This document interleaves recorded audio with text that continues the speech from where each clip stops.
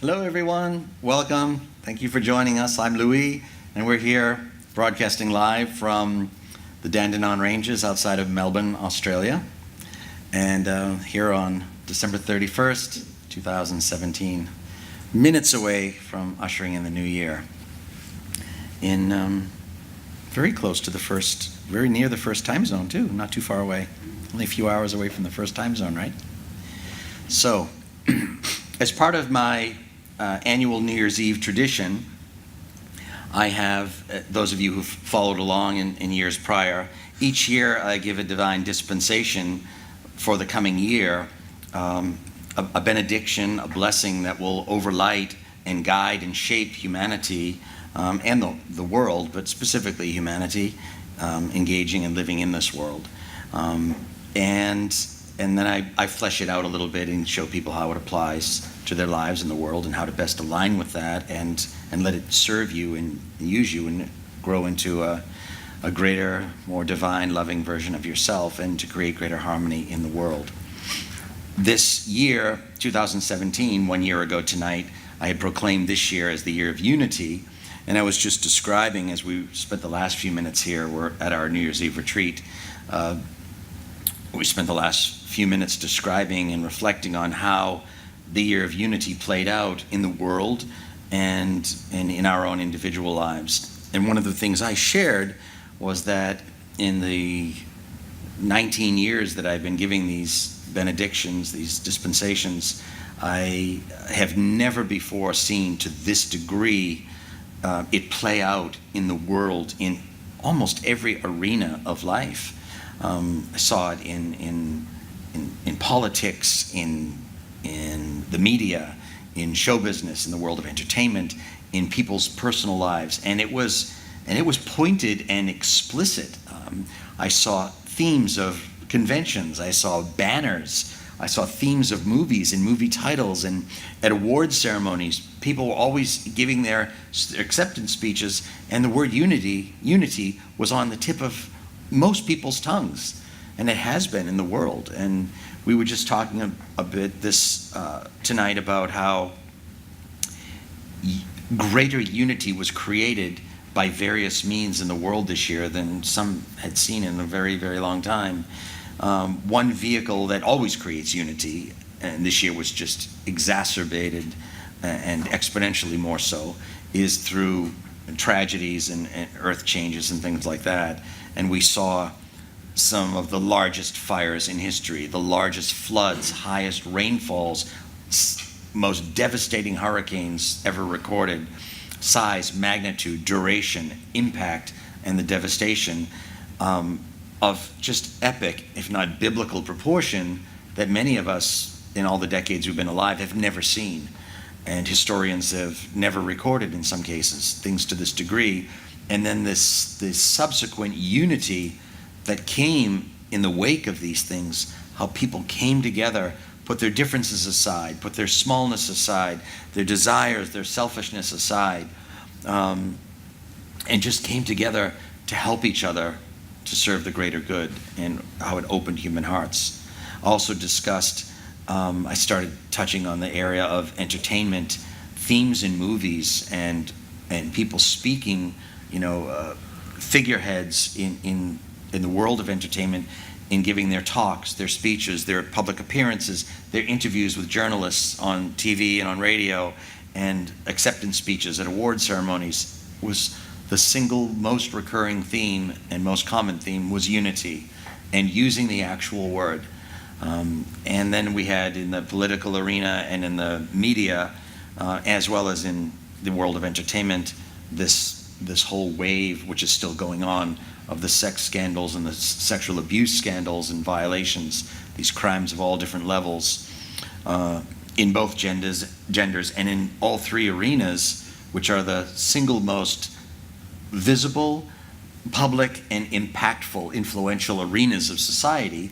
It began and became most visible in entertainment, and then bled into media, and then into politics. And they're still raging like wildfires of their own right, out of control.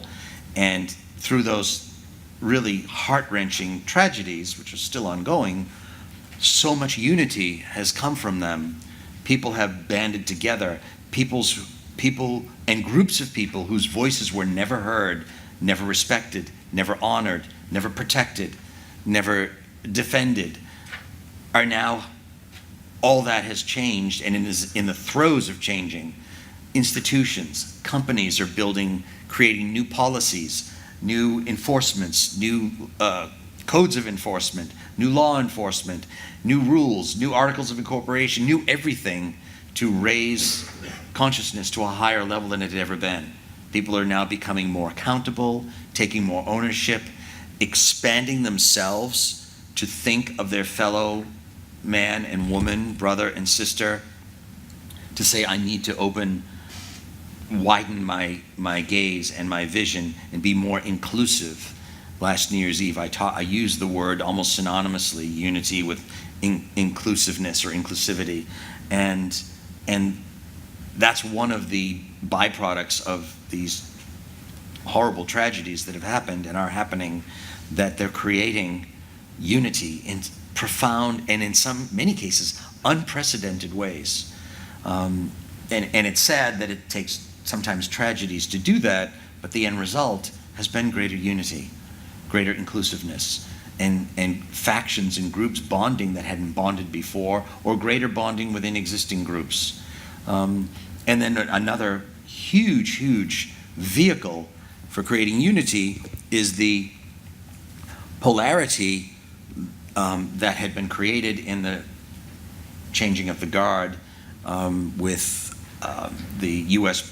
White House and the presidential office, has created so much passion and aggression and antipathy and polarization within the same party, parties toward each other, within the public, toward other factions of the public, towards government, government towards the public, media, media towards government.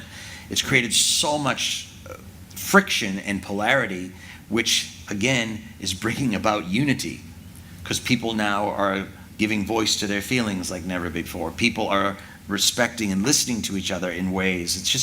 It's been very, very forward moving and very empowering on so many levels. I personally, I hold the vision one day that can happen without tragedy, that can happen in a loving, graceful, easy manner.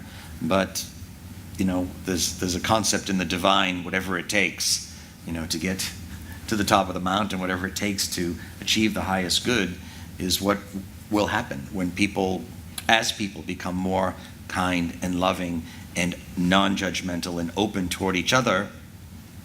Then the same ends can be achieved without crisis, without tragedy, without polarization, without war, without conflict. And that is in the process of happening and will continue to. So that's a vision that I hold and look forward to. And that brings me to the point of transition into going into this coming year in reflecting on just how powerful it was in 2017, this year now completing in minutes to come, and seeing just how powerful it was. It also showed me, and how much we're still in the throes of it all, it showed me how much I wanted to create this year's dispensation in a way that would build upon last year's and create more of the same, but expand it and make it even greater, and to be able to bring these things that are well underway to fruition. And so I prayed and meditated long and hard and came up with a game plan and a dispensation that would work to stand on the shoulders of and be inclusive of all that transpired this year in consciousness, and in terms of what the divine overlighted humanity with. And so for this year of 2018, for all the reasons I just described, my dispensation is that I'm proclaiming 2018 as the year of friendship. And so whereas in 2017, I was asking everybody to look to see how you can include other people, other groups in your life. Open yourself to heal prejudices you have and to broaden your perspectives, your horizon, your viewpoints of the world. Judgments and prejudices people have toward other religions, political parties, public figures, societal groups, races, genders, belief systems, whatever it is. And I ask people in this year of 2017 to look within yourself to heal and transform some of these so that you can become more inclusive, to see more and more and more in your own personal circle and in the greater world around us, that we truly are the family of man, that God created us all as sisters and brothers, as we're all one in this, we're one tribe inhabiting this planet, and we need to find more and more our commonalities and fall in love with our diversity rather than kill each other over it. And that's a lot of what the year of unity was about. And I hope to whatever degree people took that to heart. And it doesn't mean it's over. Each year's dispensation builds on the others, and these are new ways of being or expanded ways of being that are not just for the year, they're for all time and eternity. And so building on that, this year is to be the year of friendship. And what that does is now it's taking all that I spoke and shared about and gave discourse about in unity, is now taking it to a even more personal level. So where that gets applied is to look in your life first and foremost on friendships you have, and it could be relation, it could be family, or it could be platonic, it could be lovers, exes, whatever. Look in all the areas of friendship, past and present, and particularly in ones where there is discord, where there is estrangement, where there is unresolved, where you either gave up or are at war or just reached impasse. And, stick your chin out, stick your heart out, and take the risk. Become vulnerable. Don't have to stand on the righteousness of, I won't apologize till you apologize. I won't say I'm sorry. Well, that's conditional apology is conditional love. It's not unconditional. Be the one to rise up and say, I forgive. I will bury the hatchet. I will let bygones be bygones. Or I will apologize. Get down off the righteous horse and be the one to take that first step and heal relationships that are estranged, in discord, at odds. Now, obviously, you begin in your nucleus. You begin in your own house, in your own family, and then you go into your friends and your spiritual circles, and then out into your community, and then throughout the world. So, and again, it includes and stands on the shoulders of last year, of 2017, whereas you might have been opening yourself to have a new belief system and to let go of a prejudice, and now maybe this year, standing on the shoulders of that, you're going to actually go and befriend. The first year might have been, I'm going to let go of my prejudice toward this religion or that race or this gender. Now I'm going to actually go even further and make an effort to befriend ones. Now that I've healed, and I'm still working on healing my prejudices, now I'm going to actually take 10 more steps and befriend some people there. So, I often talk about gaining awareness as the access to power, applying the awareness as the attainment of power. So here, through that unity, we're gaining a greater awareness of how we can broaden our horizons, expand our consciousness to be more unconditionally loving and accepting of others. And now this year we stand on the shoulders of that and we apply that expanded consciousness to say, I'm now going to befriend. So we have first the focus on healing friendships that are in discord, in exile, estranged. Then we have being courageous and willing to take that first step in those healings if need be. Be the first one to apologize. Be the first one to step out if you've been, not talking and not speaking. Take the step. What's the worst that can happen? Someone could say no, and then you're right where you started. But if you don't take the step, better to take a bold step and fall than to take no step and judge. So I always say. And then in the third category is to stand on the shoulders of what you attained in terms of unity, inclusiveness, and actually take that step and befriend. Start befriending people in arenas and circles where you before had judgment and held yourself in abeyance. And fourthly, to be the instrument where you can. Again, I'm not talking about pedagogy, and I'm not talking about flag waving and proselytizing. But when you're feeling guided in your heart, and when you feel God, or that quiet, still voice, whatever you want to call it, the higher good, is whispering to you to be the diplomat. Be the diplomat sometimes. And sometimes that's scary for people.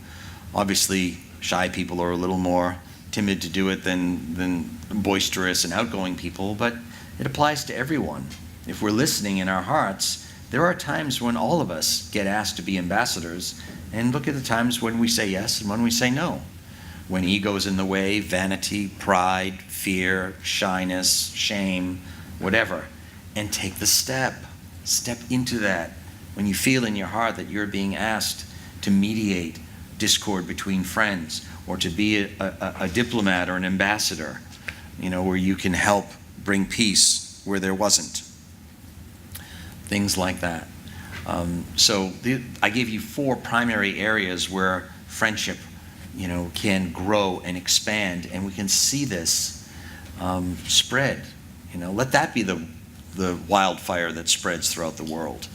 A new level of friendship and befriending others. And again, including all that last year was as well.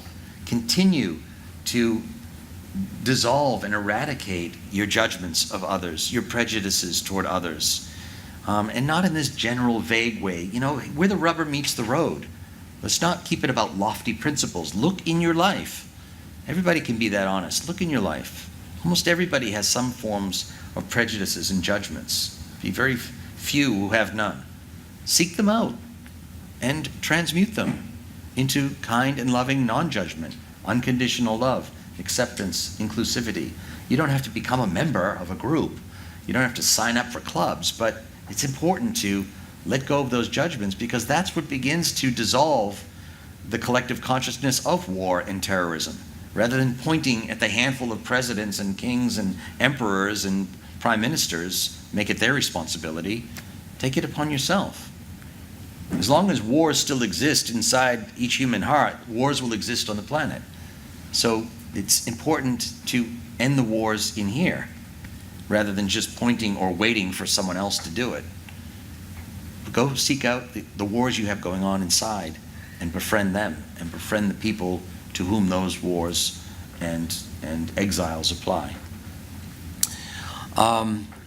Now, I have come up with I often come up with a gemstone, not always, but usually I have a gemstone that is a useful tool in this. And this year, the one I've selected is called Bojai stones. And they have really, really powerful energies to use. It may not seem directly related, but it actually is.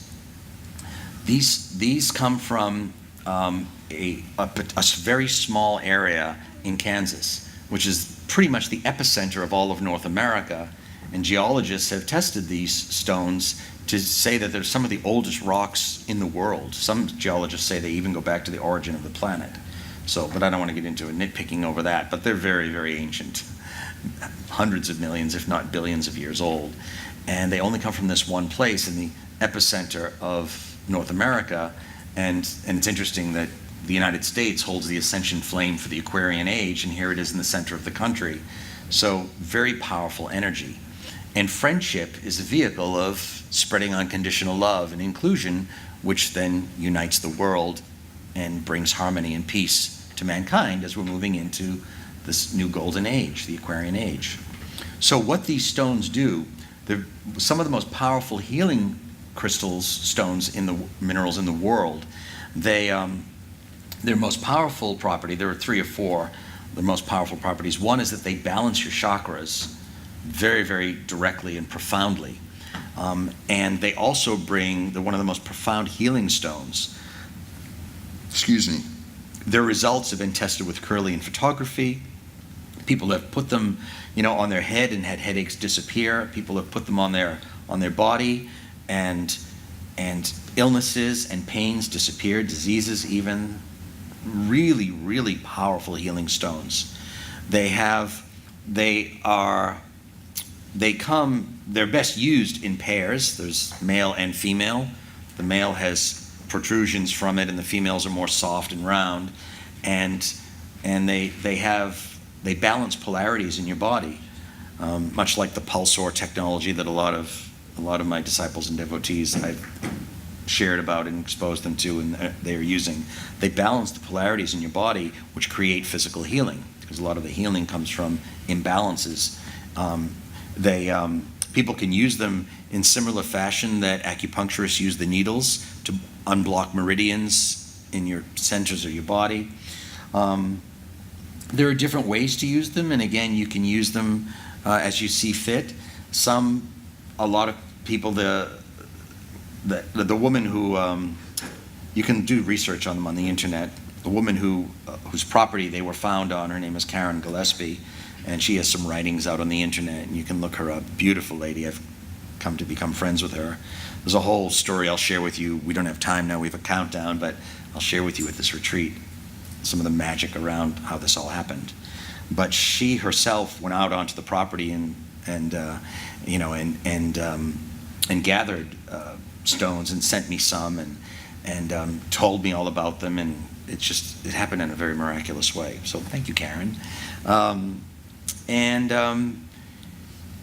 To get authentic ones, there are a lot of fakes and a lot of rejects on the market, but the authentic ones, she's trademarked them, and they come with a certificate.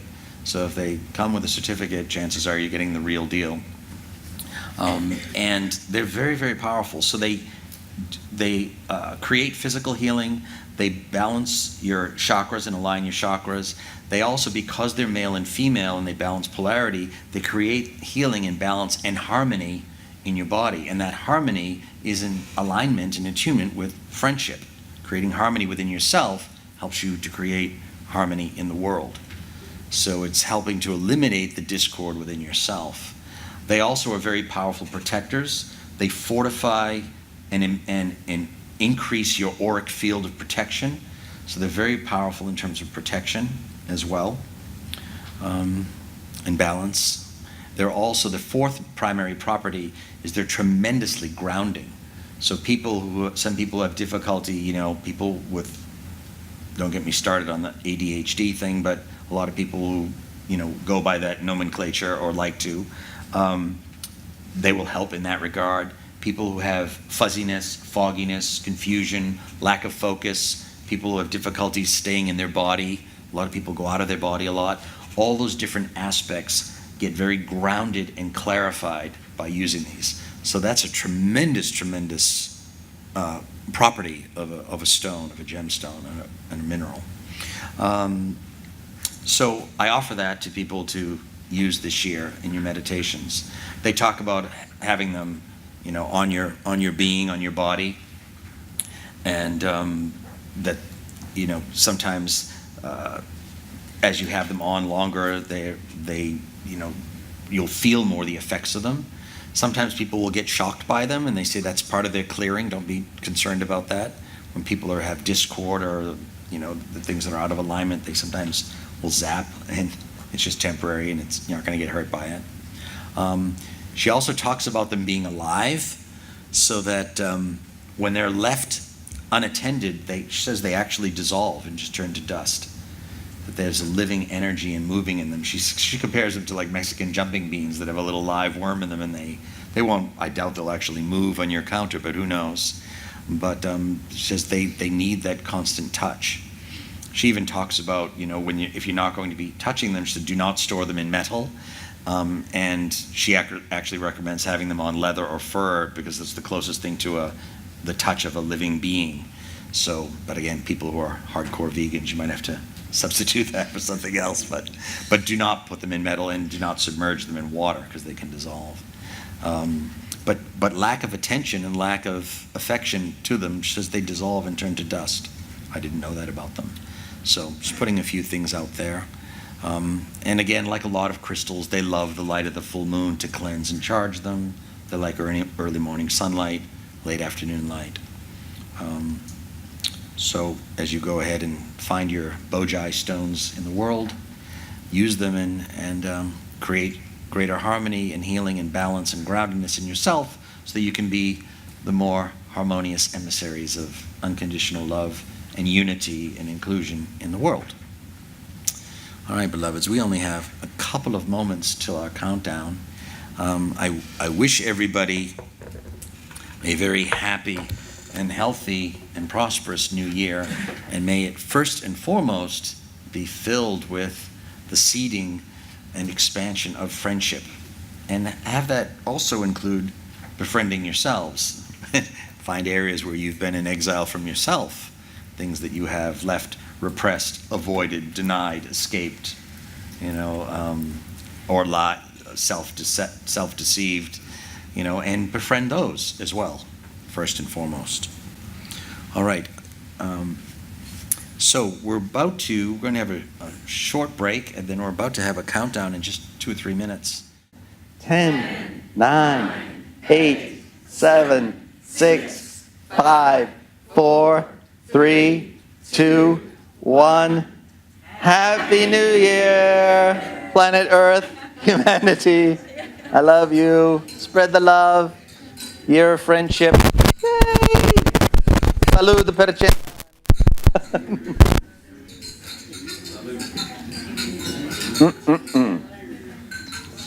All right. Now, Zim, we still rolling? Yes, we are. Okay. For those of you who haven't seen these dispensations before, I'm going to share a tradition I began over 20 years ago when we were going to practice here every New Year's. But we all go and I ask everyone to hug every single person before we leave the room tonight. But something that I began many, many years ago that in and of itself would be enough of a vehicle to end separation on this planet.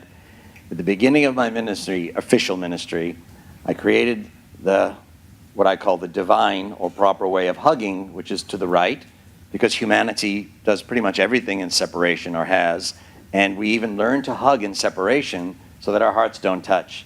So at the very beginning of my ministry, what I began and asked everyone to share with everyone you know, and I'm asking you too, practice it. It might feel a little goofy or awkward, but I'm telling you, the difference is colossal, and you'll see for yourself. So instead of hugging to the left so your hearts don't touch, practice and learn and train yourself to hug to the right so our hearts touch, because the heart is on the left side, slightly left of center. And when I'm at events, I have people start by hugging the way we were trained and taught, and humanity has since time immemorial, and then I have people pull away and then hug to the right, and when they feel the hearts touch, every single person in 20-something years has said, "Oh my God, the difference is colossal." So let this spread throughout the world, and that alone can end separation and unify everyone in the heart of the beloved. So we are now going to all do our hugs, and I wish you well and a Happy New Year, and look forward to many good times together and watching the love spread in this world. Namaste. Happy New Year. So, Joel, now is the time. I have a special treat for you as we do this, our hugs. I'm going to finish this so I don't have to hold it. 1 sec.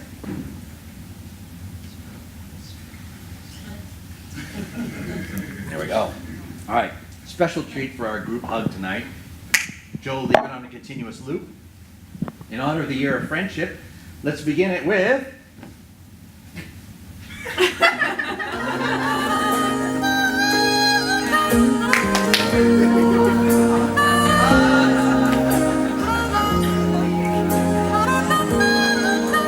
And I never thought I'd feel